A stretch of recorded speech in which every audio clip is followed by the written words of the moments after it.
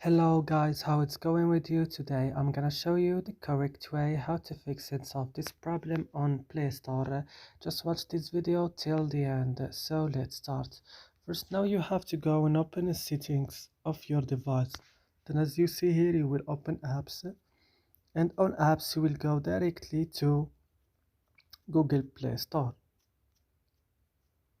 Yeah, when you found it, just open it like this, and then go to storage option and click on clear data, click OK, then go back and click also on force stop and click OK. And now the last things is to go in to as you see, you have to restart your phone, and then it will work with you correctly. And that's it guys, I hope this video is helpful for you. Don't forget to like and also subscribing in our channel, and see you in another video.